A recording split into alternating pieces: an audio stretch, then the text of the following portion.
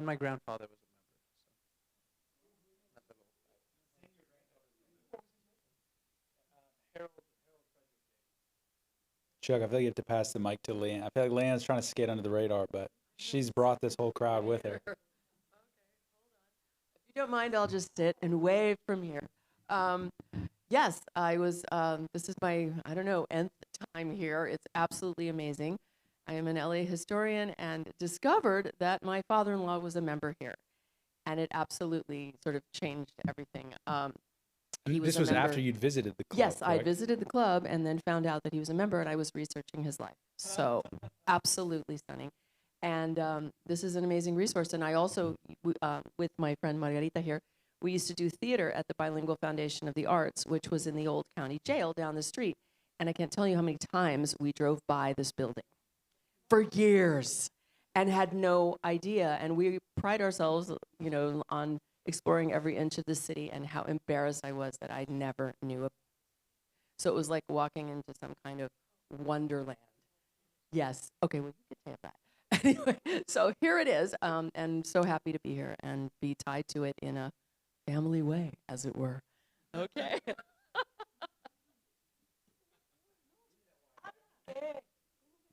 You have to say something. Okay. My name is Margarita, and I live 10 blocks down the street. But you're a bit of a walker yourself, I hear. Yes. Yeah, you're going to keep our speaker tonight honest, is from what Done I've heard. some walking in my life, especially in more recent years. I decided to celebrate my 70th birthday by walking the Camino de Santiago. And I met the last week of that, I met this Asian person who spoke Spanish. And in speaking, we realized we grew up in the same country.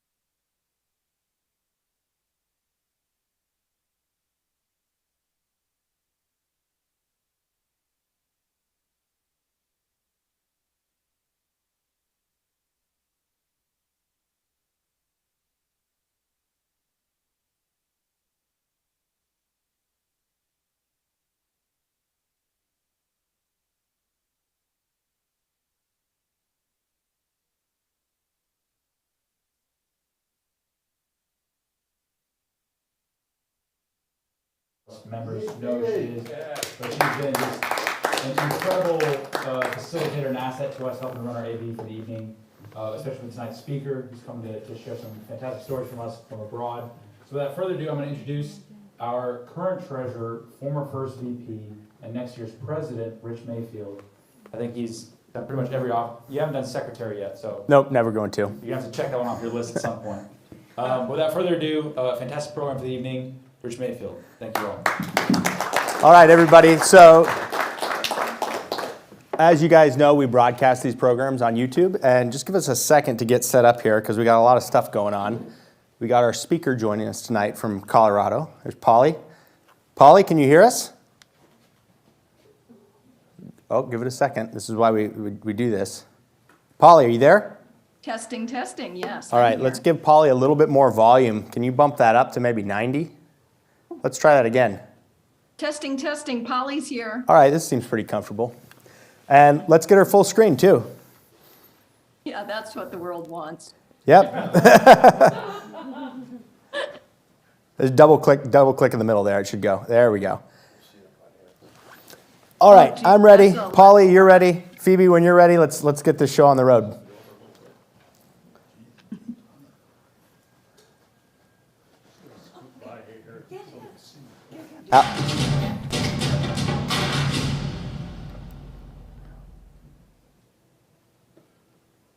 All right, welcome to the Adventurers Club of Los Angeles. My name is Rich Mayfield. I'm this year's treasurer. Tonight, I'm filling in for Kid Hudson. He's out. We're here tonight with Polly Letofsky. Did I say it right this time? Close enough. Letofsky. Thank you. Polly is joining us from Colorado, and she is the first woman to walk around the world. Is that right? Yeah. So can we start, what exactly does it mean to walk around the world? Like what is that by definition? At the time, and I haven't looked to see what it is now, but at the time, I actually mailed a letter. Do you remember those things? You mail Yeah. a letter with a stamp and everything to the Guinness Book of World Records, which is in England, London, and I asked what that meant and what records I would have to keep. Although I need to tell you, I've never given two hoots about a world record, but people kept asking me about it, going, oh, is this going to be a world record? And I thought, well, in the event that someday I give a hoot, I'd hate to then lose out on a technicality. So I did. I mailed them and they responded and they said, to say that you've walked around the world, you need to start and finish in the same place. You need to walk across at least 4 continents and walk at least 14,000 miles. So you can fly over the water. Oh, well, good. They maybe put you in a ball and you had to do the hamster ball across the water or something like that. Yeah, cheating. All So- of it's cheating. So I flew across continent to continent. Yeah. So how many miles was it? 14,000? Do you have an exact number? 14,124 miles is what I did. And I remember the big moment, which was very close to home, that I hit 14,000 and little party right there in the middle of the road when I hit the 14,000 mile mark. Yeah. It's a significant spot, like a tremendous significance for you, right? And Right in the middle of the Rocky right in the middle of the road. Mountains. I just at a milepost. Me and a friend had a little party right there. So you started in Colorado, and basically your hometown, and you finished the same spot. Yeah, so I walked from Vail, Colorado, if you guys know where that is, right in the heart of the Rockies, and I headed west, aimed for just south of LA. So where was it, Capistrano Beach? That's where I landed on that first leg, 3 months from the day that I left. Yeah, Very cool. yeah. All right, well, why don't you tell us how all this got started? And I know you've got a great presentation for us, so I'll more or less get out of the way here. And why don't you tell us how this got started and how you launched this journey? Yeah, sure. So, everyone always asks me why, and that's one of the big questions I just can't answer. It's like, why? Why was this this driving force in my head, this compass that I couldn't let go of, and I don't know how to answer that. So I know a lot of people are just saying right now, why? No, nobody here asked that question. That's actually a unique good thing. Point. Know your audience. It's right? unique at the Adventurers Club. Nobody's ever going to ask you why, because the answer to pretty much everybody who hangs out here is, why not? I don't know. It makes sense to me. Yeah, solid argument. And boy, I wish I could talk to you guys. Next time I'm in LA, I'm coming to visit, okay? So I'd love to talk to some people. You're my people, you know? Absolutely. But no, people ask why all the time. I'm like, I don't know why. But what I can tell you is how the seed was initially planted. And that was back in the summer of '74. I was 12 years old that summer. So I know y'all doing the math, okay? I'm 59, so we can move on. So I was 12 years old, and that was really the summer that I started to discover that there's this whole big world going on around me, well beyond my friends playing on our bikes and climbing trees and playing kickball. And I started to discover that world through the newspaper. I started to scoop up the Minneapolis Star and Tribune every morning and sitting at the breakfast table, you know, feeling like an adult, reading the paper. And summer of '74, lots of things were going on that summer, of course, Vietnam, and I was hearing about places around the world that were a very different lifestyle than me and my friends, climbing trees and playing on our bikes. And that was hearing about Vietnam and Cambodia and Thailand and this strange place in Australia. It's called Australia, and their summers are during our winter. That's ridiculous. You know, things like that. And it was through the paper. So every morning I would read that paper. And one morning I saw this article. Actually, I saw the photo first of this man just walking down an empty highway, pulling a buggy behind him. And I leaned in to read the caption, and it said, David Kunst walking down Highway 6 in Nebraska or Colorado on his way home to Minnesota to become the first man to walk around the world. And I was like, I didn't know you could think of such a thing if you were from Minnesota.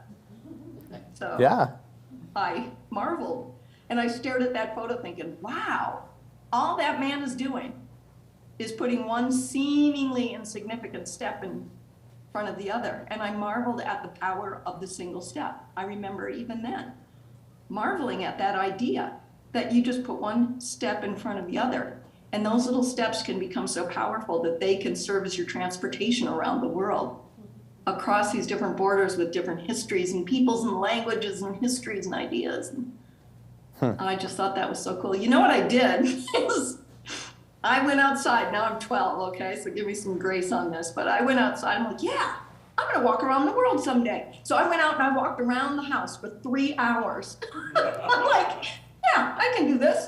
How many miles do you think you ran around your house or walked around your house? Oh, maybe 2 or 3. I mean, whatever you can do in 3 hours. But well, I hope it's more than 2 or 3. But yeah, I remember I walked around the house and I'm like, I better not tell anyone because it's so ridiculous. It'll never really happen. But I really would like to do it, you know. So this was early in your childhood. This was in your brain that you're going to do this. Yeah, since I was 12. And I thought, you know, one day that's how I want to go see the world like that. I can do that. But it was really thinking so way outside the box for a 12-year-old girl from Minnesota in 1974. I kind of tucked that idea away in the back of my head. And I remember, you know, even now my mom says, no, I never remember you bringing that up. And it's one of those things you don't say out loud, because once you say it out loud, it has to be, you know, you got to go for it, you know, and I didn't know enough to go for it. So, in fact, you know, cutting way ahead, not too long ago, some 20-something girl came up to me and she said, you know, I've always wanted to walk the Lewis and Clark Trail, is what it was. And so I was talking to her about that. And she said, do you think I could do it in my 20s, or do I need to wait until I'm 37 like I did? I was like, no, I'm a late bloomer. Girl, you got it together. You can do it. I was just a late bloomer. I was like, I knew I had to wait long enough so I can get some life experience behind me, because there's going to be a lot to tackle out there in the road, but I had to be young enough to be able to physically handle the journey. So evidently that age is 37. So it was 20 plus years later, I landed in Vail, Colorado. I was living there, and there was a year in my life when a number of people in my immediate world were being diagnosed with breast cancer. And it wasn't one person in particular. It was just a lot of different people. There were friends and colleagues and community members, high-profile community members. You know, when you're in a small town, that matters, right? Right. And then I had 2 aunts that had breast cancer. One had died from it and one did not. And it was just so suddenly all around me, this breast cancer stuff, that I actually went to the doctor and I said, I want one of those, what do you call them, mammograms. You're supposed to get a mammogram, aren't you? And he said, listen, you don't need to get a mammogram because it doesn't run on your mother's side of the family. And just FYI, I didn't know it at the time, really, really bad information, you know. Fact of the matter is 85% of people that get breast cancer have no known risk factors at all. So it's certainly, it might give you 15% more chance, but I believed that and went about my day until some friends of mine set me really, really straight. And, you know, that's not true. And how dare someone tell you that? And blah, blah, blah, blah, blah, blah, blah. Yeah. Really set me in my place. So it was that night walking home from my little job. I had a 2-mile walk home every night. And so it's dark and it's on a recreation trail. And I remember exactly where I was when I had my light bulb moment. You know, that moment you have when all of a sudden, boom, that's it. Yeah. And all the stars align, you're on it. And I thought, that's what I'll do that walk for, that I've always wanted to do. After all, breast cancer hits every nook and cranny of the world. It's not just in the big cities of America. Right. It's all over the world. And I love the idea right away of a woman walking for women and talking about this disease that affects us all. So, oh my goodness, my head started spinning with all the questions right there outside in the dark at 10 o'clock at night. How And am the I going to do questions, this? Of course, were, I'm sorry, what? How am I going to do this? Yeah, well, you know, can I? Could I walk 15, 16 miles a day every day for 5 years? And how do I pay for this? I work behind the front desk of a hotel making $10 an hour. How could I do this? And I'm talking out loud to myself, all right? I'm like, how could I do it? Well, you need to get sponsors. Well, how do you get sponsors? Well, you need to get a business plan. And how do you make a business plan? And I'm talking about, you know, visas and languages and how do I protect myself? And I'm asking all these questions out loud and my head's just spinning, of course. And it was that night walking home that I started to plan my global walk for breast cancer is what I called it. And this was probably 1996, 97. So we weren't online yet. I think some of the firsties were, but no, we weren't online yet. We didn't have the home computers quite yet, and didn't have internet. So anyway, I went to the Barnes and Noble and I got all the maps of all the world. And okay, now we're all used to GPSs, right? Do you remember Right. when the maps had the little red dots, right? So you walk dot to dot. Well, Oh, yeah. I walked dot to dot, right? Oh, yeah. Yeah, and they have a little number in between. It tells you how So far I had you're, all yeah. the maps spread all over my house. I mean, and I'm keeping track. Okay, this dot to this dot, that'd take me a day. And then this dot to this dot, all the way around the world. I was up all night planning my route from dot to dot, okay? Yeah. And then I got to tell you, it wasn't too long before I hit my first big hurdle, and that was when you are calling potential sponsors and telling them you're planning a walk around the world alone. Okay, the phone's not ringing off the hook, right? Right. And I remember there was, gosh, I mean, I just kept going. And I wasn't taking no, and I wasn't taking no. And then a year and a half later, I still had not, gotten a single sponsorship. And then one day it just hit me, this, that sting of disappointment and discouragement. There's a sting to it. And that's when it hit me. It's like, wait a minute. If no one else thinks this can be done, are they right? Maybe I should start listening to them. I mean, I can see this very clearly, and I know I can do it. But if no one else can see it, maybe I'm kidding myself. Maybe I just have to let it go. So I let it go. And then that night, I was working my job at the front desk of the hotel. And my job that night was to sit in the back room of the front desk area and file reservations. Okay, paper reservations, filing cabinet. Can I take you back? Yeah. Okay. The big inbox with the pile of reservations. Boring work, right? I alphabetical, put them in the filing cabinet. And I was just pouting and miserable and blah, blah, blah. And right in the middle, swear to God on my father's grave, I'm going and filing, and right in the middle of this pile of reservations was this 8.5 by 11 white sheet of paper that pops up, and it just says, definition of commitment. When you find a way over every hurdle in your path and nothing but success is an option. Commitment. So I just stopped where I went, what the hell? And I pick it up and I read it again.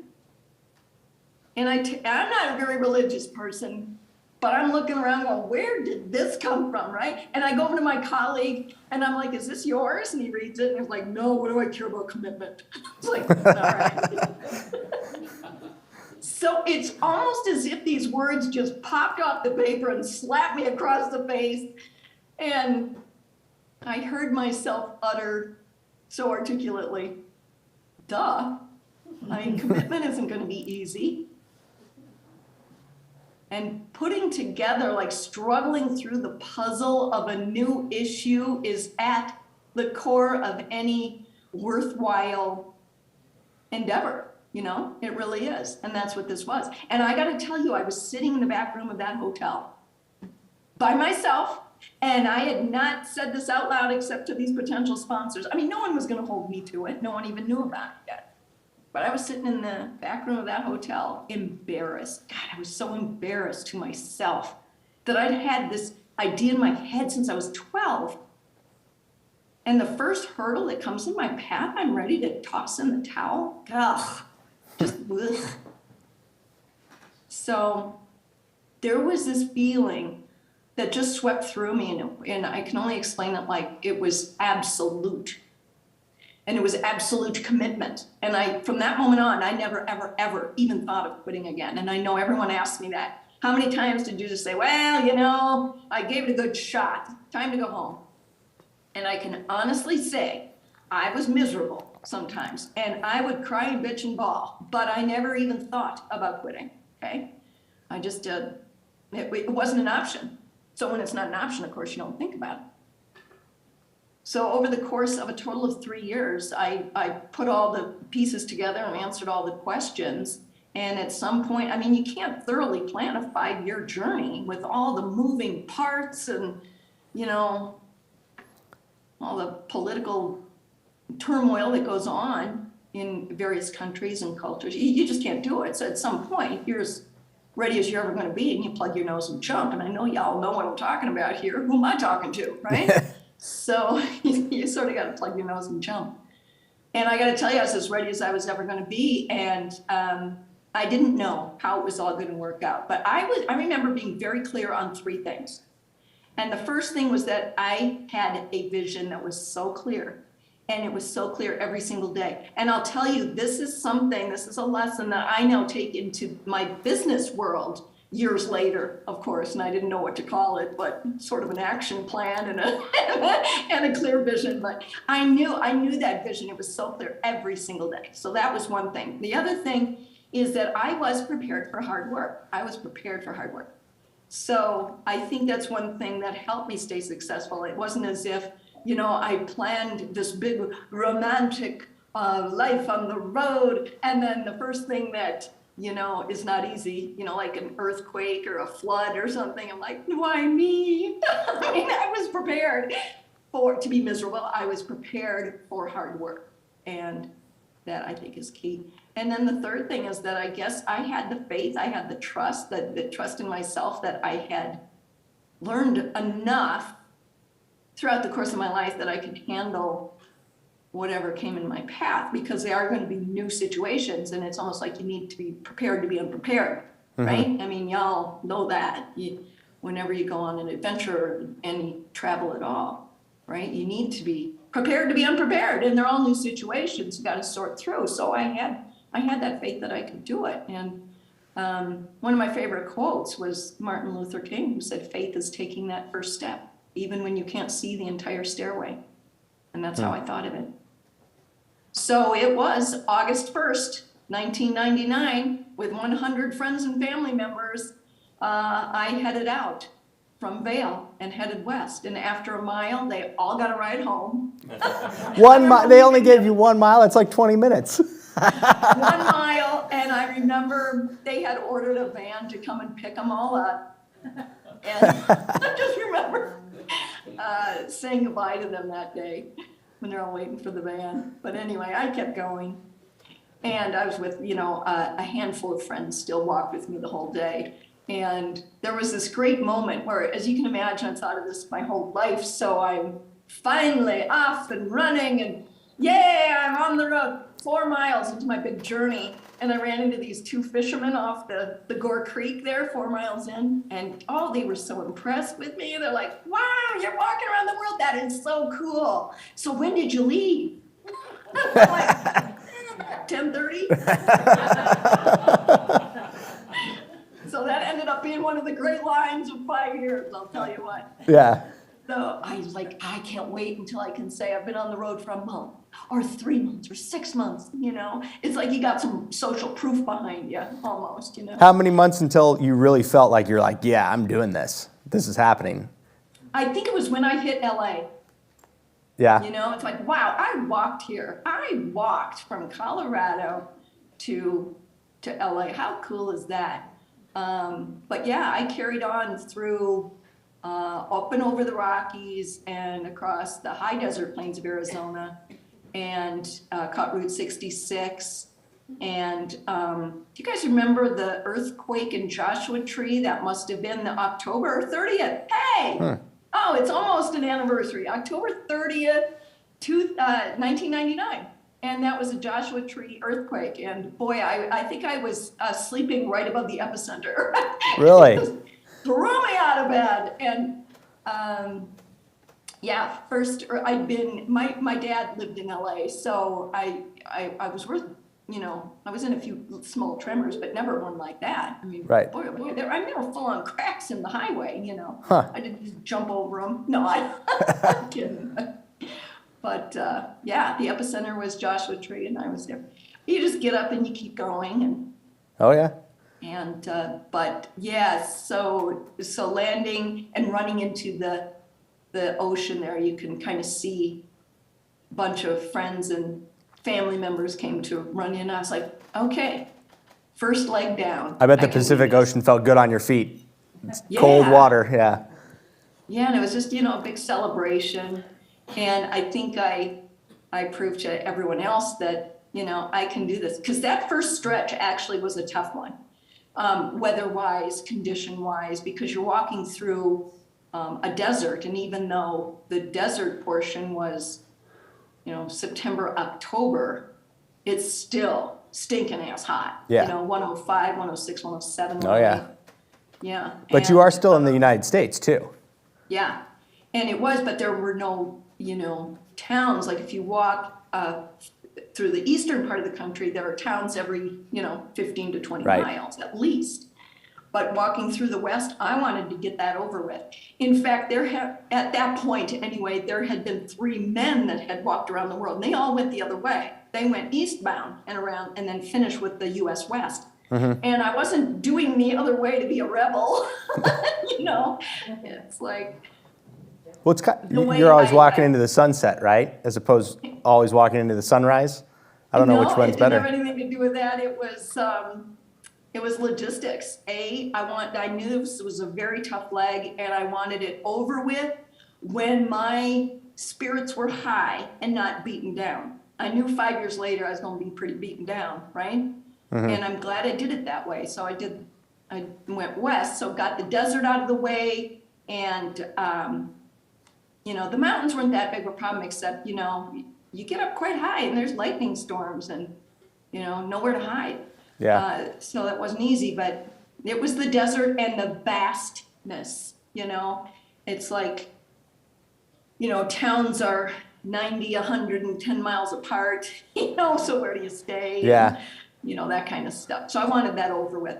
And equally, I'd lived in New Zealand. That was going to be my first stop. So I had like a full 2 years of English-speaking territory to really get my legs beneath me, if you will. So between the U.S., New Zealand, Australia, that's a total of 2 years, which is why I went that way. So can you imagine going the other way and then finishing this big to-do. Yay, I'm so close to the finish line, and you're walking through the desert by yourself. I mean, it's really anticlimactic, right?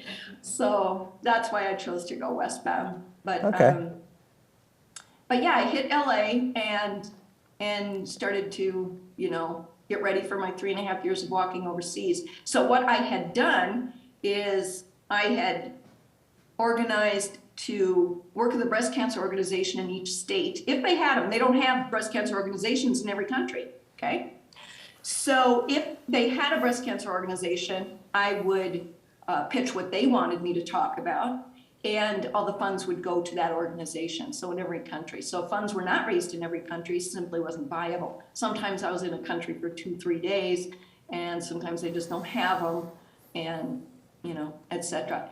So the good news was that I had lived in New Zealand for 5 years in the late 80s, early 90s. And I know this group will appreciate this, but I was the manager of an adventure travel center in Auckland. So I got to go do all those crazy things that they have in New Zealand, right? The bungee jumping and the paragliding and the white runner rafting and all kinds of crazy stuff. So yeah, we got to do all that. So I had this terrific sort of built-in support system as I had arrived into New Zealand. And another great thing happened in New Zealand where when I was arriving, their government had just started a program where they were subsidizing an annual mammogram for women. And it was in a specific age group, and they got wind of what I was doing and asked if I would help promote their program. So I enthusiastically agreed. So what that looked like was for 4 months, from the northern tip down to the southern tip, I was doing interviews seriously 4 times a day. And they were radio and television, and the magazines and podcast didn't exist yet, but it was just, their phones were ringing off the hook. It was really a neat timing that I had. And they just came out and met you as you were walking? Yeah. You did Yeah. Did you do these interviews literally while you were walking, or did you take a break? Or is that like... Usually you had to take a break. I'll tell you, New Zealand's beautiful, but those roads, I mean, they just have no shoulder. No, you're taking your life in your hands there. Well, I know New Zealand has a trail that goes, I think it's Well, called now like they do. Te Ora or something like that. Now they didn't have it back then? No, they did not. So it was all roads, huh? And so that's on my bucket list. That's on my bucket list, is to go back there and walk that whole trail. I'm like, oh yeah, sure, now you have it. I'm fighting cars and trucks and everything every day. Right, now there's a beautiful Lord of the Rings route that goes all the way. Yeah, no, none of that existed yet. So no, I was fighting the trucks, but anyway, very successful. And what happened in New Zealand is the very first night way up north is there was this family that the wife was going through breast cancer. So they got wind of what I was doing and invited me to stay. And then they knew someone in the next town that I was walking to that was also going through breast cancer. So they called them. And I stayed with them. And then they called someone in the next town, and that happened all the way down. So I had gone to great lengths. I knew every backpack and sleeping bag at REI to every nth degree, and the cost and the feathers and the weight and everything. Never once used any of it. So they just passed me village to village all the way down through New Zealand. And it was almost like you're walking dinner table to dinner table, because you get up and walk in the morning, you arrive at night, and you have dinner with these new families. Wow. And yeah, it was a really neat experience. And to see, frankly, how one disease affects the families differently, depending on the age and the family dynamics and where they're located. Are they rural? Are they city? Do they have the services?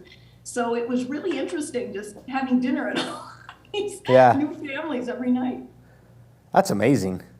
Yeah, neat experience. And from New Zealand, I hit the southern tip and then flew over to the southern, south of Melbourne. So Port Douglas Bay is so just south of Melbourne, like a suburb. And that's where I started my 2,000-mile stretch up the east coast of Australia. So I chose to go east. I didn't go across Australia, not to be a sissy, but, considering my goals, it's like, what's the point? There's nobody that lives, Yeah. And I would have had to hire crew support and blah, blah, blah. Right. At any rate, so Australia, of course, is very different than New Zealand as far as distances between towns. New Zealand, they very considerately staggered their towns for me every 16 miles. It's a perfect walking distance, right? So Australia, they have some towns 15, 16 miles apart, but enormous stretches that are 100, 150, and at one point along the East Coast, there's a 350-mile stretch with nothing. Oh, wow. So how could I go on my own? So at that point, until I hit Melbourne, Australia, that first 7 months on the road, I had actually had crew support. And it was never the picture in my head to have crew support. It was never by design. People just would land in my lap and say, oh, that sounds like fun, I'll go with you. And I'm like, okay, all right, not a good idea, all right. So that was never a good idea. And once I finished New Zealand, I had to get real straight and back up and get really clear and back to the picture that had always been in my head, and that was to go alone. Mm-hmm. And it wasn't to be a martyr, there's just a picture in your head, and to go with crew support, it wasn't working, because they have their own agenda, and it's like, well, that's nice and all, but we've got to be focused on this agenda. Yeah. Not to be selfish. It's I'm on a mission here. So I had to figure out how to go on my own, and how do I can't do a backpack. At the time anyway, give me some grace here, but at the time I was about 100 pounds. So I can't carry a backpack with everything that I would need and all the water and food for a week, even 2 at a time. Right. So enter Bob. Bob was a backpack on wheels. In fact, I have him here today. See my buggy, Bob? That's the buggy? That's Bob? Yeah, so the picture you're looking at is Bob when he was just born. And this is Bob, 10,000 miles later. 10,000 miles on Bob, huh? Yeah. I'd have to add that up, because there were some miles that he did not, join me. Is this a baby carrier? What is this? Yeah, so what this is a baby buggy. And anyone who's maybe a bike tourer or, they know Bob's and who's had babies or grandbabies, Bob is a baby stroller and a bike trailer. That's what they're known for. And so, gosh, I remember a friend of mine said, well, how are you going to go on your own? I said, well, I'm thinking about maybe getting a baby buggy. And they're like, you should call Bob. And I'm like, who's Bob? Oh, no, it's this company up in San Luis Obispo, California. And, you should just call them. I'm sure they'll make one for you. I'm like, yeah. This is someone who's tried to get sponsors forever. Right. Yeah, sure, yeah, easy. I'm just going to call them and say, can you custom design me a buggy to walk around the world? Did they? They did, didn't they? They did. Nice. They did. So this friend of mine says, my son works across the alley from him. I'm just going to give him a call. He'll just run across the alley and say, hey, guys, can you do this? And I'm like, oh, they will? Oh, okay. And they want to see me? Oh, son of a gun. So I go up there, and they gave me the baby buggy. And then this guy, John Cutter, who designs bikes and backpacks for backpacks and tents for North Face, and he also designs bikes. And so, he just sat there with the buggy. He was like, okay, what do you want? You got to put water bottles. You got to have a place for a map. Completely custom. Completely custom. So it didn't have the baby insert and the 5-point harness and all that stuff? Right, so they took the baby sling out and just created this kind of backpack on wheels. And let me show you. Why I started calling him Bob is because this big logo was right across. So I didn't have to really think about it. It's like, oh, his name is Bob. So you push that? You don't tow it, because if it was behind a bike, you would pull it, right? So did you ever try pulling it, or do you just push it? Oh, no, you can't. No, it does. The wheel is also fixed, so it's not a swivel wheel. So to pull it wasn't going to work. No, you push it. And no, they do bike trailers, but it doesn't look like that. It's actually a bike trailer, so it's just a different product altogether. But yeah, so I started in outside Melbourne with Bob. And the gals at the Breast Cancer Network Australia, who are the beneficiaries of this portion of the walk, they took me out for breakfast that morning, and they started giving me the lowdown on how to survive the desolate stretches of Australia. And they started giving me, you know, the spiders were we have the 10 deadliest spiders and snakes in the whole world, and you know, whatever you do, you got to check your shoes every morning before you put them on, because one nip in that naked toe and that venom will shoot up your leg and hit your heart, and that's the end of you in this walk. Well, let me write that down. And the snakes too. Oh, do not go pee in the tall grass, because the snakes will nip your bare ass and you'll be dead and we'll never find the body. And then you're going to be at the Great Barrier Reef in April. Oh, goodness, it's high season for jellyfish. You can't go swimming at the Great Barrier Reef in April. And the mosquitoes will kill you, and the crocodiles will kill you, and blah, blah, blah, blah, blah, blah, blah. I mean, anyone who's been to Australia, that's what they brag about, don't they? They brag about the things that will kill you in their country. Yep. And so off I go, northbound with my buggy Bob. And the first night, second night, third night, the women of the Breast Cancer Network would come and pick me up, and I'm like, you know, another 25K up the road every time. And so by the fourth night, I was way north, and I was just too far north for anyone to come and help me anymore. So what that meant really is, for the fourth night and the first time in 7 months, I was now on my own. Okay, I didn't have the crew support, I didn't have the help of the Breast Cancer Network, so I'm now on my own. And I walked into this small town, and it was one of these fruit growing little towns. I think they grew tomatoes. And there was no place to stay. You know, there's not a campground or a youth hostel or a pub or anything like that. There was no place to stay. So I was looking around I was like, well, every town has a park.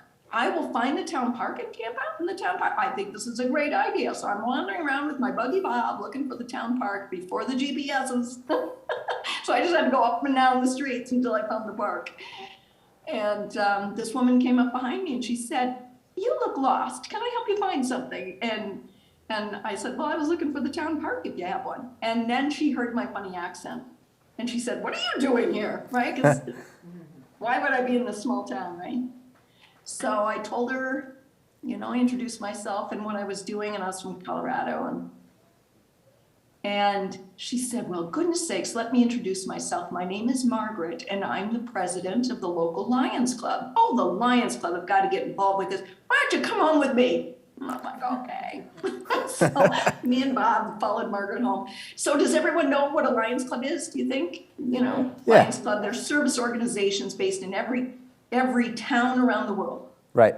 Largest service organization of anywhere in the world. Well, who knew, right? And so they're the same as like Rotary Club, etc., Kiwanis, these kind of things. So Margaret gets me all organized with a hot shower and internet access. Oh, these things was so fancy. And she took me out to the pub. And the pub, of course, in Australia is where everyone hangs out. And sure enough, the whole town was there. And she stood up on a bar stool and she got everyone's attention and she explained who I was and what I was doing. So let's show her a little Aussie spirit. And she just leaned right over, plucked the hat right off a guy's head and started passing it around. And it's one of those pictures that's just etched in my head, right? It's just like, you can't get a photo of that. But people are just passing this hat around, throwing money into it, through the bar, past the pool hall, across the restaurant, the dartboard competition. People throwing money. Bartender announces to the cheering crowd, "We've just raised $332 for the Breast Cancer Network Australia." Yay! Pat me on the back telling me what a great job I'd just done. I was like, oh, thank you. sit on street corners looking oblivious with bracelets. So the next day, Margaret called the next Lions Club up the road because they really are based in every town around the world. So she called them saying, this is, Polly, and this is what she's doing, and can you help her out? Sure, send her up. So I go walking up, and the Lions Club greet me and say, let's go to the pub. And I was like, okay. So we go to the pub, and they pass a hat around, and then they pass me to the next town, and they pass a hat around, and next thing you know, I'm doing a 2,000-mile pub crawl up the east coast of Australia. So I feel like that's an authentic Australian experience, right? Walk all day in the heat, stop the pub. You're on to something. Let's say you were completely lost. Someone dumped you in the middle of Australia. It's like pubs and Lions Clubs. It's all you need, and you're taken care of. Got it. Seriously, I was thinking about it today. So I kept track of all my spending because I had no money, by the way. My budget was, if you can't eat it, you can't buy it. All right. Right. So I had this little spreadsheet, and I'm keeping track of all my expenses. And I remember one month in Australia, I added it all up at the end of the month, and it was $25. I'm like, oh, I can do better than that. Shouldn't have bought that ice cream cone. So they took good care of me, and what they did was start contacting the media, and next thing you know, the whole country is rallying to make sure I get through their country safe and fat, because everyone wants to feed you. Essentially there's one road that goes around the continent, right? Okay. And so the truckers are on that road every day, and so they would stop and give me things, and the farmers would come out, my wife made this for you, and my neighbor wants you to have these mangoes, and I'm like, plum. Piling Bob high with things, strapping it down with bungee cords, and eating cherries on the run, and whatever fruit season it was, and whatever village I was walking through, I got buckets of it, and got a lot of work done. I remember the Breast Cancer Network Australia called me in the middle of the day one time, middle of nowhere. And they're like, what the heck is going on out there? Because they said, you said you don't know anyone in Australia, and you are sending us a check every single day. Coming in. I was like, yeah, I'm on to you guys. Pubs and Lions Clubs. So the Lions Club's relationship continued to build. And by the time I was about 3/4 of the way through Australia up the East Coast, I hit what's called the Marlborough Stretch. It's the infamous Marlborough Stretch. Everyone along the way said, how are you going to get through the Marlborough Stretch? It's 350 miles of nothing but eucalyptus trees that will kill you. So when I got to that point, I was coming in on the south end, and my relationship with the Lions Clubs had become really strong at that point. So what they did on each end of that 350-mile stretch was about 5 weeks, right? And they called everyone in the area they could think of, which included, there was 3,000 Marines training off the coast nearby. So they just contacted them, I don't know how, and just said, heads up, keep your eye open for her. And, any farmer in the area. And it was called EMS. It's an emergency something service. Mm-hmm. And just contacted them, and of course any Lions Club member.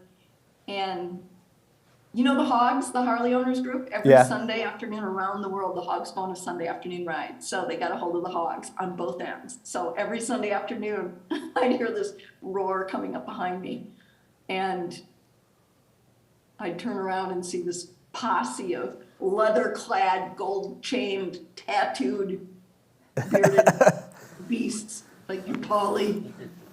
How are you, Polly? Yeah, they'd hand me my McDonald's bag. Here, like my buddy Spike, he's got your chocolate shake. Seriously, they would ride with a chocolate shake like for 150 miles. I have some great photos of the Hogs. So they kept you supported through that whole section? Yeah, they were one of them. Yeah. Just based on the network that you established by meeting that first lady in that first Lions Club. Isn't that crazy? Yeah. And do you know that I tried to be in touch with her and tell her what had happened after our first meeting? Never heard from her again. Huh. It's one of the great mysteries. I got this whole list of mysteries that will never be solved. And what happened to Margaret is one of the mysteries. So what happened was one of the biggest help that I got through that Marlborough Stretch was the truckers. So these truckers are on that route every single day, right? And so I had a small relationship with them, which was, you know, I'd wave and give them the international symbol for toot the horn for me, right? They'd toot and I'd go, yay. Okay, that was our relationship.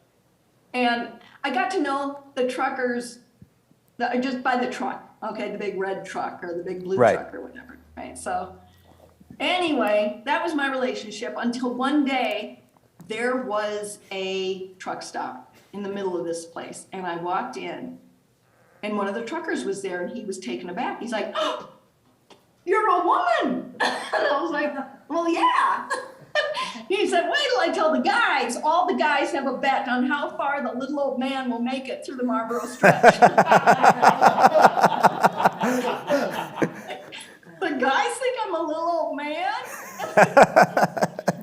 He's like, oh, wait till I tell the guys. They're going to be really into this. And I explained the whole story. And I'm heading into Mackay, which is the town on the north. And boy, the guys got involved. And these truckers were so great. So they still have the CB radios. So they're on the CB radio all the time, and they're communicating, what does she need today, whatever, okay? The problem was they can't stop because they're the big rigs on just, you know, it's a 2-lane highway, 1 lane each way. So they can't stop. They're a big rig on this only highway. So they would just, when they had something for me, they'd just slow down and throw things out the window. You know? And I'm catching things. I'm like, you know, ice cream bar, thank you. Like sports drink, yay. So I see Brian one time. Brian was the big red postal truck, and Brian always had something. So I see him coming because it's a big red truck. I was like, ooh, here comes Brian, and I'm bracing myself, right? And he slows down and yells, my wife made this for you! And he heaves a lasagna out the window. And I'm watching this beautiful lasagna like in slow motion, seriously. I was like, oh! And then it bounces off the tar and into the tall grass. That's where the snakes are. I'm standing at the edge of the tall grass. I'm like, oh, weighing my options of like lasagna, death. So what do you think I did? Lasagna. You got that lasagna. I did. Yeah, and it was good too. By the way, there was no utensils at all, so I ate that with my hands, if you care to picture that. So about 5 weeks later, I walked into the town of Mackay, and that was a Lions Club that I had been in touch with, because this had been going on now, my relationship with the Lions, for about 6 months. So it was, you know, building up to how you're going to get through the Marlborough Stretch, and the Mackay Lions Club will help you, and this kind of thing. So they invited me to become a member of their Lions Club. So I was like, okay, you know, I won't be at too many meetings, but I like this relationship. That'd be fun. So I'm essentially then heading out into the rest of the world representing that Lions Club in Mackay, Queensland, Australia. So that's what we did. And my Lions Club also tried to get a hold of Margaret repeatedly and never did. I don't know if she dropped dead the next day or she's just not a communicator. I just have no idea. Maybe she's a trail angel. That doesn't actually exist. Just a good spirit along your journey. Yeah, and just was done with it. But I did find though that people, not everyone communicates. Like I'm a keeper and toucher, you know. In fact, it was in Queensland, North Queensland, where I was just sitting on a bench waiting for, in fact, one of the truckers who I'd befriended, and he's like, I'll take you to lunch when you hit, you know, Airlie Beach. So I'm sitting on this bench at this restaurant waiting for one of the truckers to take me to lunch. And this guy just sat on the bench next to me, and we were just chatting for, gosh, 20 minutes, 30 minutes, not long. I'm still in touch with him. You know what I mean? I like to keep in touch with people, right? But not everyone is like that. And Yeah. I had, it's like my feelings were hurt every time someone didn't respond, you know. And by the way, it was early days of email, and these were older people, so they were all on email or not comfortable with it and things like that. So there, you know, there could be those reasons too, but Yeah. nonetheless, my feelings were hurt when people, because I'm like, oh, I have a new friend. And they're like, yeah, not so fast. And Margaret just did, I mean, it was like that spark. She was that spark that set off everything in Australia. Right. Yeah. Yeah.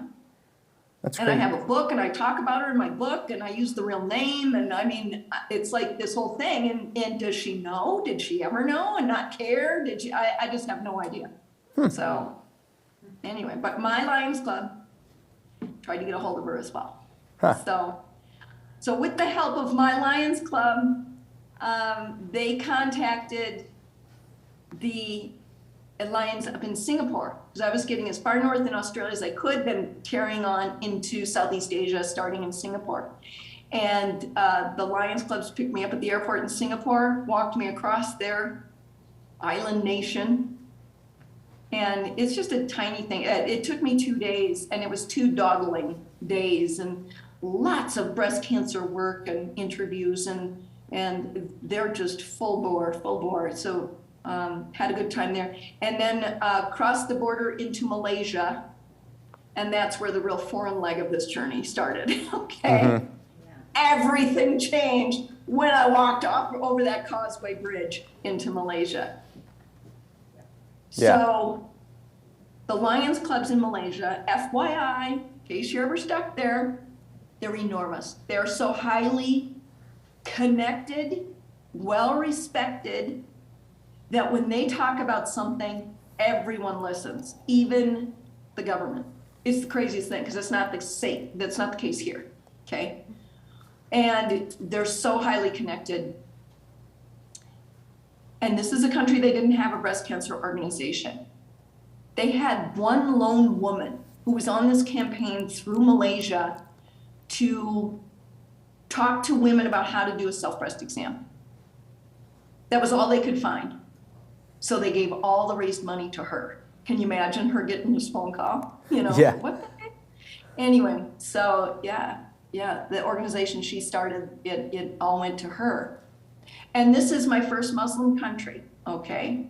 And everyone said, you know, you probably have to dye your hair dark, and, you know, don't show your arms or your legs. Well, it wasn't anything like that. So nothing like that. And there are 5 languages in Malaysia, and all 5 have a national newspaper representing them. And all the newspapers were covering the progress of this walk. All of them. And they were starting to really talk about breast cancer, because, again, remember, it's the Lions Clubs talking about it, and the Rotary Clubs as well. The Lions Clubs got the Rotary Clubs involved. So I'm talking, you got maybe 100-ish. At one point, there were 300 people walking with me. I was like Forrest Gump out there. Wow. Every day, all day, 100+ people walking with me. It was insane. And I had prepared myself. Here's the thing. I had prepared myself for the 3 years of planning for being alone. And how am I going to be alone? And how am I going to handle that and be prepared for it? I read books about it. I would go out camping for 3-4 days by myself in the middle of nowhere just to get used to that. I thought that's going to be a struggle for me. Yeah. Never even thought about the polar opposite, which was overwhelming crowds and overwhelming attention and Yeah. pushing and lifting and I mean, seriously, they will lift me up and carry me across the street. It was ridiculous. And this was the Lions Club network in Malaysia. Yeah, and they got the Rotary Clubs involved, and they started calling all of the hospitals in the area that would have these meet and greets, and they would have press conferences and educational forums from village to village. I'm talking every 3 miles, village to village, where they would invite a doctor and invite all the women of the village and talk to them and saying it's not a death sentence anymore, because in the Muslim culture, if a woman gets a big lump on her breast, more than likely she ain't gonna go see a doctor, because it is God's will, and if it's gonna kill me, it's gonna kill me, okay? That's how it is, it's probably still how it is, okay? And they can't go to a male doctor and have them look at her breasts, okay? So, but now, because it's hitting the news and it's everywhere, and these crowds of people, and the Lions clubs and Rotary clubs, which are so highly respected, they're talking about it, it's making it okay to talk about. And the thing is, they're talking about it all the time. It's not just like once a week. It was every day in 5 newspapers covering the progress, okay? It was full bore, okay? You know, it was like Sunday magazines and the papers and all this stuff. It was everywhere. Wow. Press conferences. This was crazy. So as I'm getting closer to Kuala Lumpur, which is their capital, and it's halfway through the country, okay? One of the women, members of parliament, came out to greet me with 100 of her colleagues. So you got all these people walking with me. I'm stinking Forrest Gump out there. And we run into this woman who is a member of parliament. She brings 100 of her colleagues, and they officially announce the start of a breast cancer awareness campaign in her country. And sure enough, now I followed, you know, we were in touch after that, because I'm like, yeah, people say things, they never follow through with it. This woman followed through. And she started a program just like in New Zealand, where they were starting a program with a specific age group on an annual mammogram. So this was the real deal. And that was another moment I thought, you know, maybe one person can make a difference, right? You know, it's like you had to sort of, I was very clear that I had to measure this, I had to balance the energy versus the mission, you know, because it's exhausting. Of course, all day, every day, and the energy you're pouring out, and, you know, all the people, and just, you know, I had a big talk with my dad, I remember, because it was exhausting. He's like, you know, it's not about you. So get over it, basically, and let them help you. Let them lift you across the street if you have to. Just, they want to be involved, so let them. So it was exhausting, but, you know, that's where it was. And that was a big lesson, and this is then the outcome of that, you know? Right. And, you know, it's funny because the Lions clubs, the hospitality in these countries is overwhelming. You know, it's full on overwhelming. So, and they tried to outdo each other. You know, where did that club yesterday put you up? And it was like, oh, they put me up at this hotel and got me a massage. And I was like, oh, we put you up at this hotel, give you 2 massages. So they tried to outdo each other every night, right? Yeah. It was crazy. So, so I'm walking into, it was one day outside Kuala Lumpur, so it's 3 days after that big event that was life-changing, when 9/11 struck. And immediately, the U.S. State Department issued a warning to all U.S. nationals overseas to keep a low profile. So all the press conferences had to stop, and the educational forums from village to village had to stop, and the meet and greets and everything just had to stop. And that era, meaning right after 9/11, is this funky era where there was probably a lot going on literally behind my back that I don't and won't ever know about.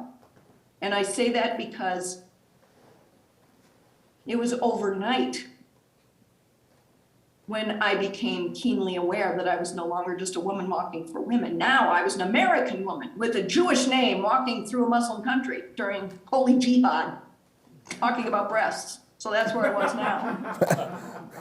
And there were now police at my door all night for probably 2 weeks after, okay? And I kept asking, you know, we couldn't talk to each other. There's a language barrier. But I would ask my Lions Club friends, you know, why are they there? You know, was it a threat or a precaution? Who ordered it? Did the Lions? They swear they didn't. I had not been in touch with the American embassy. There was really no need to when I had arrived, right? The world was in a good place. I had, all these people taking care of me. Why would I? So I don't know if it was the American Embassy, but it very well could have been. It's like to this day, I don't know why the police were there every morning, chaperoning the whole crowd. And so that's one of the other big mysteries is, what were they doing? Why? I don't know. But it was a weird time. And right when 9/11 struck, by the way, the only night that I stayed with a Muslim family that entire 5 years was the night of 9/11.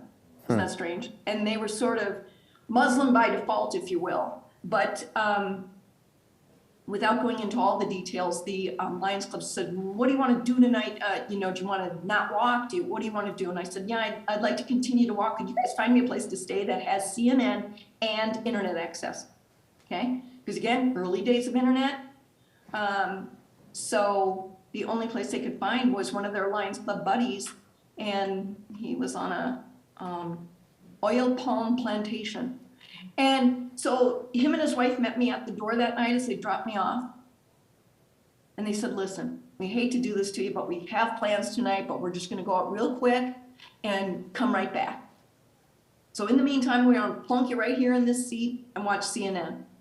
And right next to me was another seat, and that was his mother, who was a Muslim woman with the whole headscarf and everything. And we can't talk to each other. So on the night of 9/11, her and I are sitting next to each other, can't talk to each other. I'm a Jewish woman, and she's a Muslim woman, and we're watching CNN and watching all of this unfold. And now when I look back to that moment, I'm like, damn, that was crazy, and right? What was that feeling between you two when you're sitting there? Oh, it was the first day. We didn't really know what happened, right? Mm-hmm. So that's why I say in hindsight, I look back at that moment going, wow, that was quite a moment right there. But we didn't know in that first day. I think there was some talk, this guy Osama bin Laden, I think he did this. Oh yeah, you're probably right, blah, blah, blah. I mean, Yeah, but it wasn't firmly night, pinned on Al-Qaeda yet, right? It wasn't. Right. Yeah. So I think we're just both staring at them. But I remember that morning when we continued to walk and, just walking through these villages where the TVs are hanging from stalls. Mm-hmm. And they're just looping that one scene over and over and over again. And we walked to the next village and watched the scene looping over and over and walked to the next stall. And, so it was a weird time. But of course, all flights had stopped when people say, did you just want to get out of town? Well, no, Right. That's not what you do when you hit a hard time. But equally, I don't want to be stupid either. So it was always that, that balance. It's like, I'm not going to walk into a war zone because I said I would walk. Right. Let's not be crazy. Yeah. So, but I wanted to get my head around, what's the risk factor? And I could have flown out anyway because no flights were going on. So you just kept on. Well, I reached out. I'm like, I'm sitting with literally hundreds of people that are very well connected. So I asked them one morning, right after 9/11, I said, listen, do you guys think you could help me get a hold of the International Lions Club president and ask if he would consider an international sponsorship? Because to this point, I was just kind of going village to village and hoping they would, continue this for me and call the next people up the road. So they're like, yeah, we'll call him for you. We'll see. So I met him for dinner and they're like, yeah, done deal. He loves the idea. And he's going to contact all the Lions clubs in every district around your route. And so they can plan in advance now.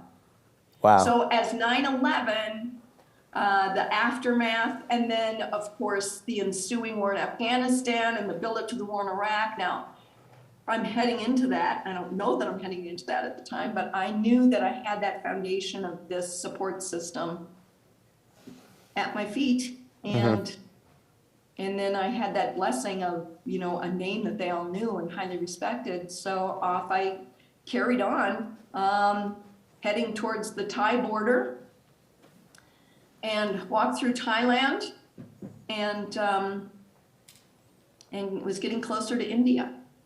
And as I was getting closer to India, everyone was telling me, oh, India's going to be tough. It's going to be tough. And I was like, at this point, I'm feeling pretty damn tough. You know, I've been on the road now for 2.5 years. The last 4 months have been in Southeast Asia immediately after 9/11. I'm feeling pretty tough. But now the Indian people are telling me, oh, India be very, very tough. And I was like, oh, now I'm getting scared. And I figured, you know, where does fear come from? It comes from the unknown. So my great plan is to get to know it. So all the way up through Southeast Asia, I was meeting a lot of Lions Club members who were from India, and I was asking them, talking to them about it, and really preparing myself and reading the guidebooks cover to cover, speaking with other travelers who just come from the subcontinent. And anyone who's traveled in India knows that ain't no picnic. You'd better be at the top of your game, right? So I was as ready as you could ever be. But let me tell you, nothing can prepare you for walking across India on foot. With alone Bob? As a woman. I mean, You had Bob, right? Sorry? You still had Bob at that point, right? Oh, well, that's kind of a drama, because all the Lions clubs in India said, you know, we'll take care of you all the way. We have a whole plan that, you know, town to town you'll be taken care of. And we'll send Bob at the end of the trip. So just keep him here in Calcutta, and we will send it to you when you hit Mumbai. I was like, okay. Nothing was set up. And now I have no buggy. And he's stuck behind someone's couch in Calcutta. And that was a hot mess. And I will tell you that I'm not playing the gender card here, but if you are alone as a woman in India, especially in the tribal areas, you will get hassled and harassed and poked at and chased and hissed at and surrounded. I mean, you're going down. And remember the era in which I'm there. It's immediately after 9/11. The world is now at war in Afghanistan. America and all the allies right there in nearby Afghanistan. And riots are breaking out in India. Because India is a predominantly Hindu country, but a very large Muslim population, particularly in the north and the center. I'm in the center. There's one road from Calcutta to Mumbai, one road. And so I'm hearing about these riots. I'm like, I'm not going to be in that town tomorrow, right? And I had to be stopped 3 times for riots. One time was 2 hours, one time 3 hours, one time 2 days. Huh. And the police and or the Lions Club, meaning sometimes they would partner up, and they, you know, knew where I was, and they would come out and grab me and put me in some yet to be identified building until the curfew was lifted and I would carry on. Huh. And the time that I was stopped for the 2 days, I mean, it's kind of a silly story, but the police came by and they said, you know, are you Polly? And the Lions Clubs wanted me to come find you. And they want you to go stay in this hotel. And it's right across the street and they're pointing to it. And I look over there and I was like, oh, this nice hotel. I was like, yeah, okay. And so there was riots going on in this town. I didn't actually see anything, but there's riots going on here. We can't let you continue. So just go stay in the hotel. When the curfew's lifted, the Lions Clubs will come and get you. Well, they weren't lifted for, you know, a couple of days. So I had to go stay in this hotel, and of course the restaurant of the hotel was shut down because of the riots. So they were only doing room service. So here I'm stuck with a place with a toilet and a hot shower and room service. And what was on TV? Three's Company. I had a marathon. Not a bad 2 days, right? Eating, hanging out in bed. I mean, it was awful, but fabulous at the same time, if you will. Sure, you're not making progress, but you're doing it in luxury at least, right? Yeah, right. So. So eventually, did you make it to Mumbai? I did, but it wasn't easy. I mean, I kept getting up at that 4 a.m. call to prayer that would waft above the village, right? And I would get up every morning and start walking at 5 a.m. And I was a hot mess. There was a point where like 6 weeks, I didn't see myself in a mirror. And when I got to the center of the country, there's this a big city in the center of the country. And I saw myself in a mirror and I was ugly. I mean, full on ugly, right? I had lost 20 pounds. I was down to about 90 pounds. My hair was falling out from the stress. And I had this twitch in my eye that just wouldn't go away, right? Yeah. And I had mosquito bites all over. And remember I said how the Lions Clubs are so well respected and so highly regarded?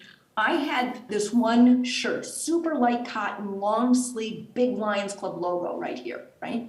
So I'm wearing it one day and I'm walking down this road and there is a police officer sitting in one of those folding tin chairs in the middle of the highway. And he has his hand out and he said, "The road tax, you pay road tax." There's no road tax. And he sees my shirt with the big Lions Club logo. He's, "Oh, you Lion Club member, no tax for you." I'm like, now I have to wear this stinking shirt every single day to protect myself, right? That thing was one hot ass mess when I reached Mumbai. I mean, that was nasty.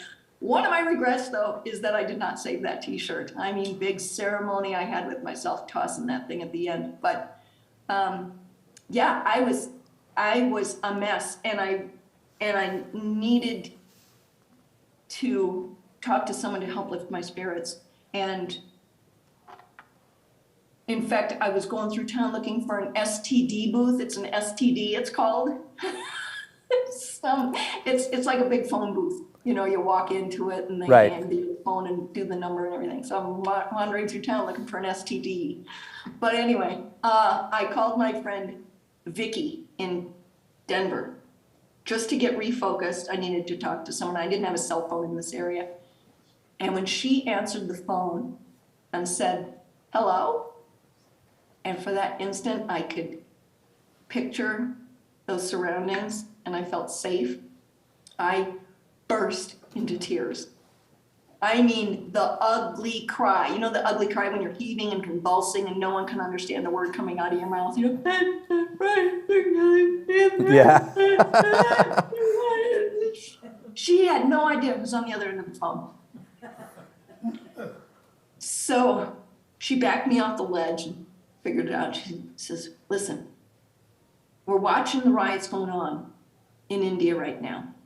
I think you need to find your way to the nearest airport. You need to fly back to Denver and we'll help you get you on your feet again. You can go finish it another time." Oh my God, I don't listen to it, right? "The world's just a little crazy right now. Why don't you just get on a flight and come home?" And I was like, wow, well, I am miserable to be sure, but quitting was not an option. Quitting was never an option. And when you think about that, when something's not an option, you're not going to waste any energy on it. And I was like, let me cry and bitch and bawl. But quitting wasn't an option. And I was walking for women going through breast cancer, and they can't just go, "Well, I have had it with all this chemo nonsense and my hair falling out and my throwing up." They can't do it, and neither could I. But it was clear I needed some help, right? I needed some help. So I was like, okay, I got 6 weeks left. Okay, I'm in a city, so we'll find an internet cafe. What do I need? What do I need? What's my plan? And it hits me, you know what? I need a man. I need to rent a man. So how do you rent a man? Because you need a male species standing next to you at all times, so you will not get hassled and harassed. This is my plan. I need to rent a man. So how do you rent a man in the middle of central tribal regions of India? And apparently, like you find anything today, you Google.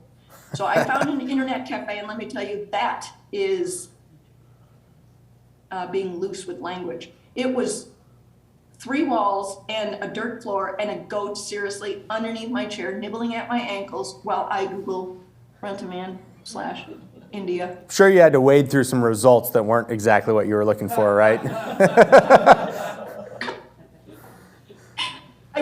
Well, you know, when you go into a lot of these third world countries, you know, when you rent a car, it comes with a driver. You would never just rent a car in India and go drive it yourself. That'd be crazy talk. So anyway, so I contacted probably seriously 20 rental car organizations. One responded. And they responded saying, "Oh yes, we will send you Shankar. He understands you Westerners very, very much." And I was like, "Well, This send is Shankar here? up." So Shankar drove up from South India, and sure enough, he drove right behind me for 6 weeks at 3 miles per hour.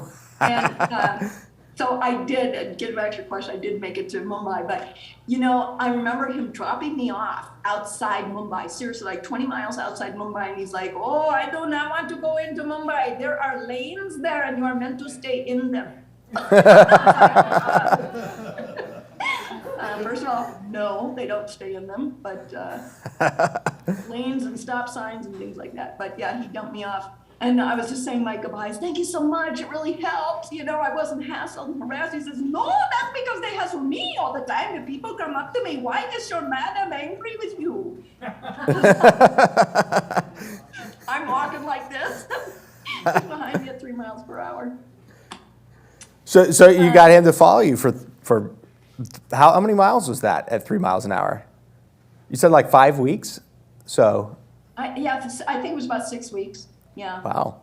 And do you know that, I mean, there's still a caste system there. So we would stay at these things called guest houses that were meant for, you know, fancier politicians. And believe me, it's a dungeon, you know, bucket for a toilet. I mean, dungeon, right? But they were called guest houses. And I had to go, the Lions Clubs would go ask permission, you know, can she stay in the guest house, you know? So I'd sometimes go in front of the town mayor, who has seriously like a desk outside under a tree, and I had to go in front of him and say, "You know, can I stay at your guest house tonight?"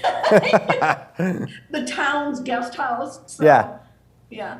So anyway, that's interesting. A lot of times they would not let Shankar stay because he was a driver. Huh. So that was So you had to crazy. go like sleep in the car or? You had to sleep in the car, and it was so hot, and it was just not that they had air conditioning for me, but at least I had a fan. But it was just so tough to get used to, and I don't know, that was really bothersome. Yeah. And so sometimes I would pay for him to go stay at a hotel or something. But Yeah. yeah, that was weird. But yeah, I made it to the end of Mumbai, and then I couldn't get in through the next region because, in fact, I had been on my way to Pakistan. I'd already made contacts there, etc.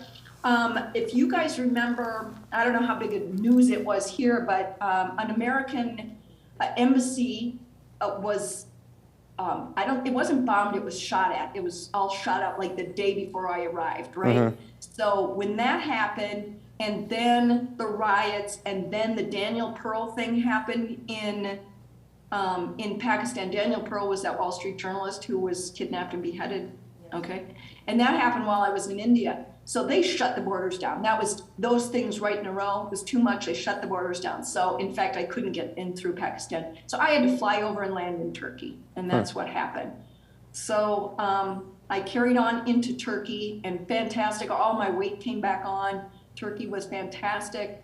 The Lions Clubs all got together and they just planned everything for me, contacted everyone down along the way, and the people there were just, the press was hungry for information. So again, all the weight came back on. But by the way, Bob, my buggy, was still in Calcutta, and they just Poor Bob. never sent it. And they weren't holding it hostage, they just never sent it on. So get a load of this. Now, I'm gonna take you back. Do you remember that era right after 9/11 when sending packages was really dodgy, right? Because people would send packages and poof, you know, right? Yeah. And so it was that era in which now I have to call the American embassy that had been shot up and explain to them, "Listen, this is what I'm doing, and I have a buggy there, and it's all packaged up, sitting behind someone's couch in Calcutta. Would you mind going there, knocking on their door, asking for the package, and shipping it over to me internationally?" Is that a problem? They do it for you? They did it. Wow. They did it. Yeah. Yeah. So That's I got Bob at the very, very end of Turkey. So it had been 5-6 months without him. Yeah. Wow. So carried up through Europe with Bob, and up through the Greek islands and up through Italy, And How did you hop through the Greek islands? Did you take ferries and then walk across the island, or what did you do?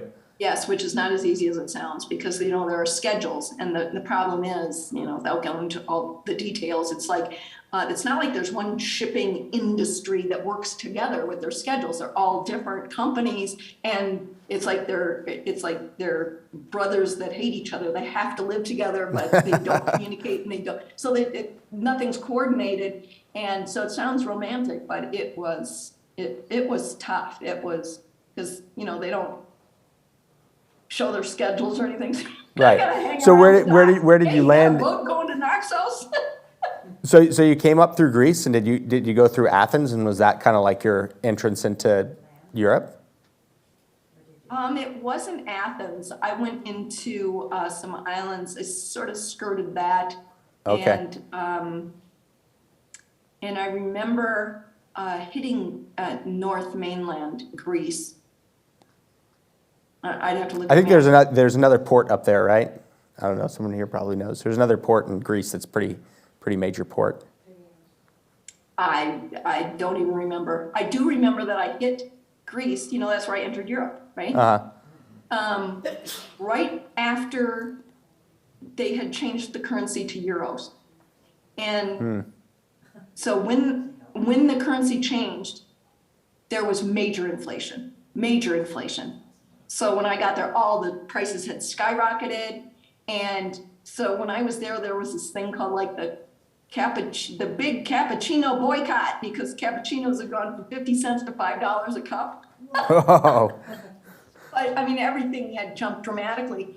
But I remember walking up so it'd be mainland on the west coast, and then I took a boat over to Italy from there and walked up then the west coast of Italy through Venice, and then up through Austria, and then headed west a little bit, and up through Austria and Germany and Luxembourg, and a little bit of the Netherlands across Belgium. And one of those mysteries that has never been solved is I got no support at all in Europe. No support at all. Like the hospitality around the world had been so stunningly overwhelming, almost unbearable, at how great the hospitality was. And then Europe was surprisingly difficult. The Lions clubs, couldn't get a hold of them. Now, my Lions club in Queensland, Australia, tried to get a hold of them with no luck. The Lions clubs in Turkey had tried to get a hold of them with no luck. And they do have them there, but for some reason. Do you think that the message was different because you're doing this for breast cancer awareness? Do you think that in Europe, just for lack of a better word, they didn't care? Yeah, I don't know. And I really honestly don't think it had anything to do with me being American. I think it was probably bad timing. I mean, bad timing meaning I'd arrived into Europe in June, and you know how they go on vacation for 3 months or whatever. So I think that was part of it. Right. But even in Northern Europe, as I was getting closer into fall, I still wasn't getting any response at all. So I was really on my own for the first time, full bore on my own. And that's when I was really looking at those maps, going red dot to red dot to red dot. And it was tough because there wasn't really places to stay, because the youth hostels will, a lot of them in Europe will only take you if you're under 26, especially the further south in Europe you get. And this could be changed by now, I don't know. Yeah. But I remember one time, Bavaria, I was like, oh, it was raining, it was so miserable, and I walked into this youth hostel, and I said, do you have any room? And he said, yes, but we only take youth. And I was like, I turned around to see who he was talking to. Come on, man. Yeah, I mean, I'm begging and begging. Yeah. Yeah, and they did put me up, but anyway. So tell me about crossing the channel. So you crossed the channel? Yeah, so I made my way up through Belgium, and I got to tell you, it had been a tough row up through Europe. Just free camping, which, I never slept very well free camping. It's like one eye open, and boogeymen are out to get you and everything. So by the time I hit northern Ostend, I think, is where I caught the boat. I was looking ugly. And then as I arrived into Dover, England, was one of the great days of my life as I walked off the boat dock and all the Lions Club members of Dover were there greeting me. And they said, "Let's go to the pub." Back in the gang, right? Yeah, so the Lions Clubs lifted me up again and they, This picture's the Lions Club of Dover? The picture that's up? Yeah. And they took me out, and of course, they're pub goers, Yeah. So we had a good time, and they just lifted me up again, and the press got involved again, the breast cancer work and the fundraising and everything started up again. And the British very considerately staggered their pubs for me every 7 miles. In fact, one of the Lions Club members said, your tea breaks must get awfully expensive. And he's like, I want to be your tea sponsor. So he gave me, I don't know, like 100 British pounds to have tea in every pub that I stopped in. I was like, hey, thanks. That's nice. I had a tea sponsor. So,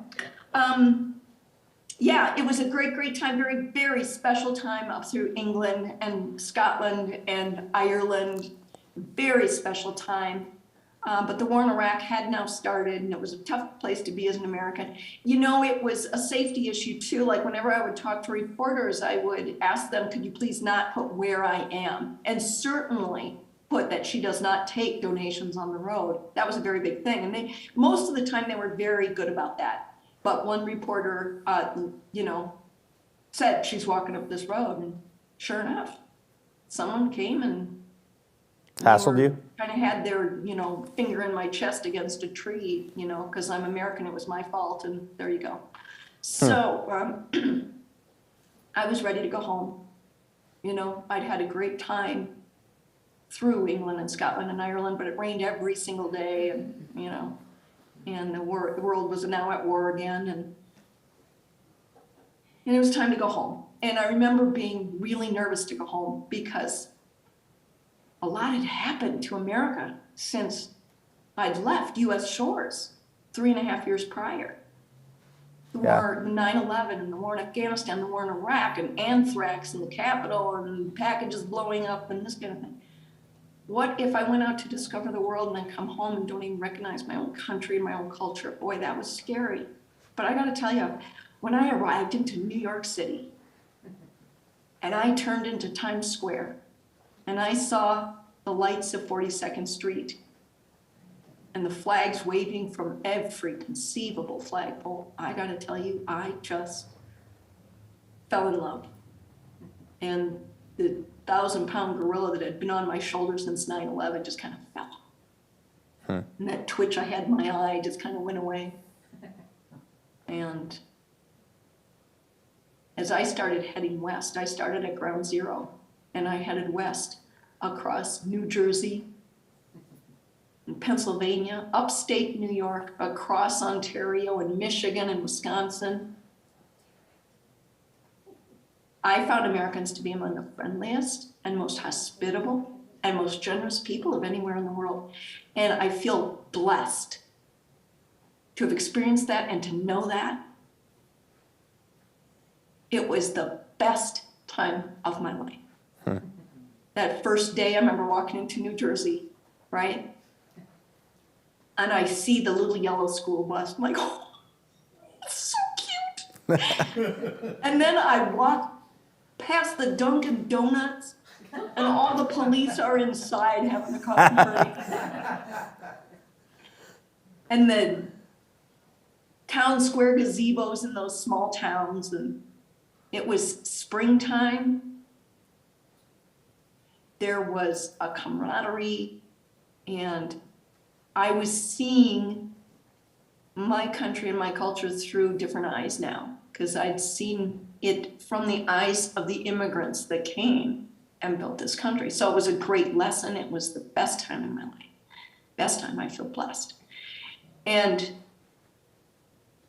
then I crossed the border into Minnesota, and the Minneapolis Star and Tribune had a front page cover story. And I couldn't help but think, hey, maybe there's a 12-year-old sitting at the breakfast table saying, hey, look at that. She can do it.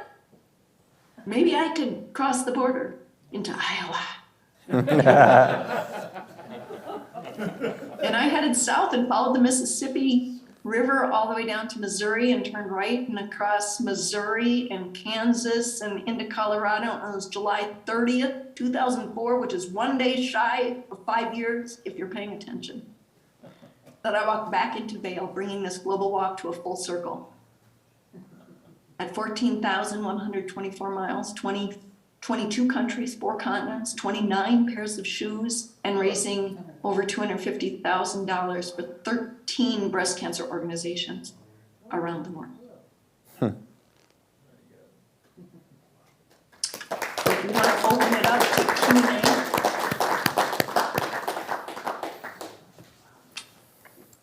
Thanks. So do you want to do a Q&A at all, or? I think we would love to here. We can pass the mic around, and maybe there's some questions in the YouTube chat. Of course, that might be hard to pull up.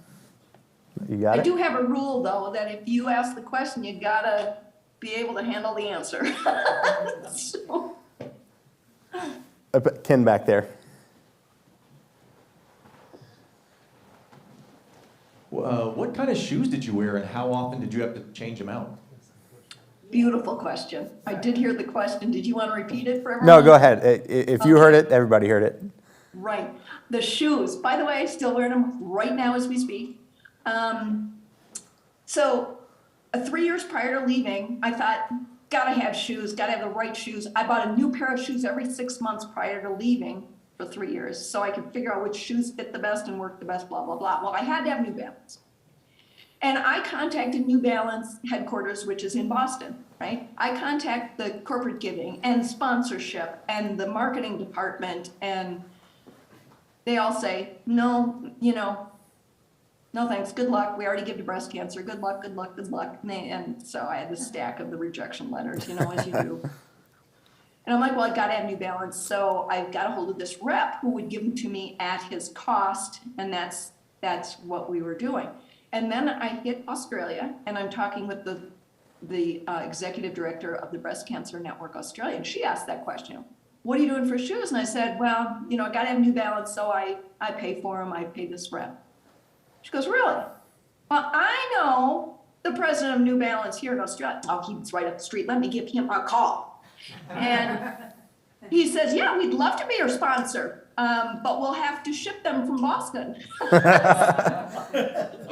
So here's the picture of inefficiency, but nonetheless, I'm very grateful, is we went to coffee, me and this president at New Balance. And he says, well, how many pairs of shoes do you need? And I said, I think 1 every 4 months will be fine. He's like, no, let's do 2 months. I said, 4 months is fine. No, 2 months. It's like, okay. So every 2 months, he gave me a contact, his assistant. I'm going to contact her and give her an address. She then will contact Boston. They will ship them to her, and she then will ship them to me wherever I am. This continued even when I was back in the U.S. I would contact her. She would give them from Boston, ship them to her, and she would ship them back to me. Picture of inefficiency, but hysterical nonetheless. So which model is my New Balance? Which model New Balance? They got a lot of shoes. I know. I don't know. What are these things called? I still have them right now. And I can't really put my shoe over my head there anymore. So I don't know. Hold it up so everybody can see it. That's the one. I forget. I know that one. I've got that one sitting around. I'm personally a Merrill guy myself, but I do have that pair of New Balance as well. Yeah. And I'll tell you, after walking 14,000 miles, and I still walk every day, I still, my skeletal self is still fine, Yeah. So I do give them credit for doing that, because it does start in your feet and your ankles and up through your knees and hips and back, and I've been fine. So I'm grateful that he insisted on 2 months, so I didn't wear out the shoes. Right. They were always sort of optimum support, and I'm grateful for that. Because that was kind of a happy accident. Did you find like a number of miles you would get out of your shoes? How many miles? Well, if it was maybe 400 a month, so no, like 800 miles. Yeah. Yeah. That's quite a lot. And, well, in India, it was much more than 100 miles a week. So whatever. Get out of I was there. doing like 25, 26 miles in India a day without days off. So I was killing myself there. So. That's why India was rough. All right, next question. Did you ever find love on the road? I mean, I think after 5 years, a good-looking woman like you must have, wanted with the driver, anything? Oh, that was a brave question. I just went for it. I was proposed to many, many times, but in India, I was proposed to many, many times. Well, between me and you and the lamppost, I had rekindled something with an old boyfriend, and there was a proposal and everything. That was in Europe. I don't talk about it in my book or anything, in fairness to him, because it didn't work out through no one's fault, just, better decision. But yeah, there you go. No time for love with 14,000 miles to go. Lance. It was a sweet time though, very sweet time. Be taken care of for a while. Thank you so much for your story this evening. We hear so often and watch so often man's inhumanity to man, and it's just so pleasant to hear man's humanity to man is with your story about how the world reached out and embraced your journey and what you were able to do. I'm curious what has happened since then. You made they talk about a pebble dropping in a pond and the ripples it makes. What ripples have occurred because of your journey with breast cancer or inspiring others? Are there stories where that trip you made has continued to live today, influencing the world and influencing the fight against breast cancer and your own actions? I'm curious about it. Yeah, it's a great question. It's been a while now. So I finished in 2004. So the real hefty work, say in Australia and Malaysia, Thailand, and of course New Zealand. I guess the bottom line is I'll never really know. So I've thought about it, and I think about it like this: is there's this rule in PR that no one pays attention to something until it's the 8th time they've heard it, right? That's the rule in advertising and PR.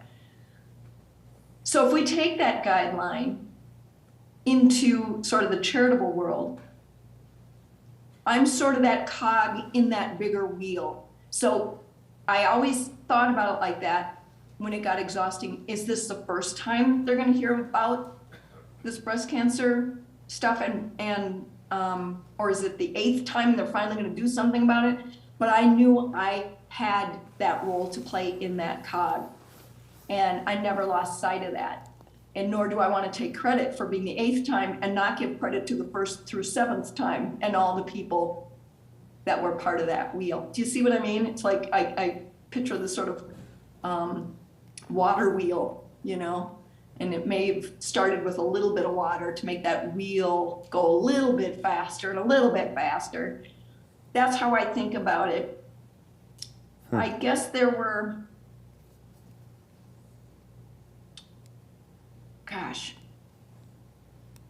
okay, when I was in Thailand, I met this doctor, and he was type A, go get him. Here's a problem, is that if records aren't kept, then no one knows something's a problem. You may have heard in your past, as an example, that, breast cancer is not in Asia at all.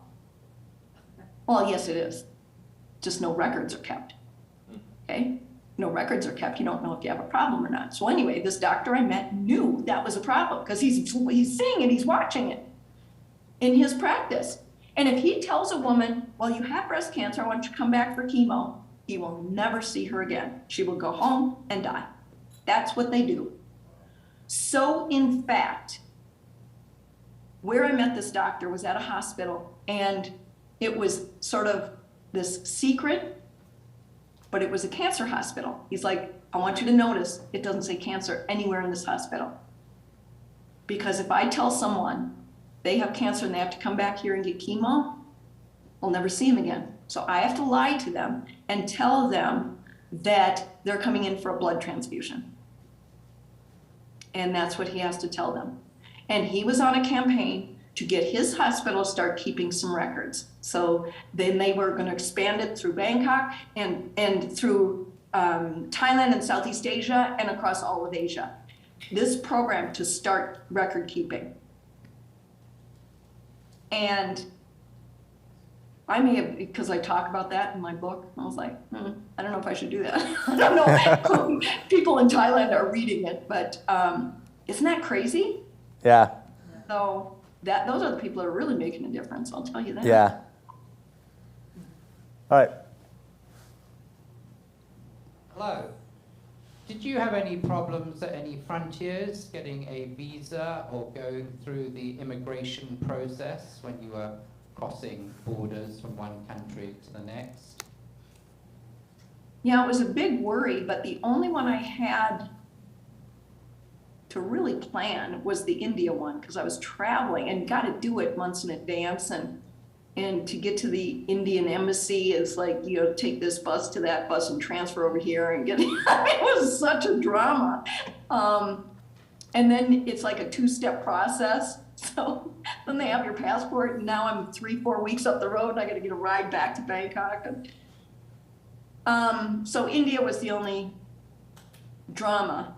I'm sure things are different now, but I have this memory of not even getting a visa for Turkey, but you can get a visa when you land in the airport. I remember, I could be wrong, but it was almost like one of those cigarette machines. You're like, I'll have that visa. You put the sticker in your passport and then go through customs. Does anyone know, am I dreaming that? Because that's the memory About I have. Turkey? Yeah, it might have changed now. Yeah, not anymore. Not anymore. I heard not anymore from the back there. Okay. Seriously. But that was, the India drama. Huh. And by the way, in Malaysia, I was trying to get my visa for Thailand, right? And again, it was this traveling drama because it's like a 2-step process. You got to go there and hang out all day, and then you hand over your passport, and then say come back in 3 weeks, and all this kind of. And so I'm explaining this to one of the Lions Club members. Remember, in Malaysia, there's hundreds of people with me. And one of them says, that's nonsense. Give me your passport. I'm like, okay, which of course you don't do. Right? But I'm like, okay. I give my passport, and he goes and gets it done and brings it back to me. So it was really nice to have those relationships, certainly with the Lions Club members when you needed them. So Yeah. Well, hey, Polly, thank you so much for joining us tonight. This is a phenomenal story, just totally inspiring, and man, what an adventure. It's exactly what we want to hear about here. So again, thank you for joining us. And we hope, again, when you do come out to LA, we have a speaker certificate for you somewhere. You can hand it to, you have that speaker certificate? Yeah, that's right at the desk up there. So you will have to join us at the club. We'll buy you dinner. But thank you for joining us. thank you very much. And I will take you up on that, and I will be in LA soon. So there you go. So it's showing my book there. It is called 3 Miles Per Hour, The Adventures of One Woman's Walk Around the World. And we can get that on Amazon. We can put a link to the Amazon book or something like that on, or we have to go to Barnes & Noble. Yeah, it's one of the skill sets I sort of developed on the road was I became a writer, like who knew, right? Yeah. Who knew? But I'm proud of it, and thank you. Well, thank you very much. For those of you watching online, thanks for watching us, and feel free to join us in person one of these nights. We'll see you all next week.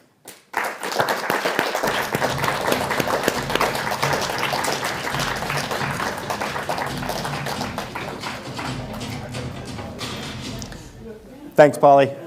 Hey, thank you much. See ya.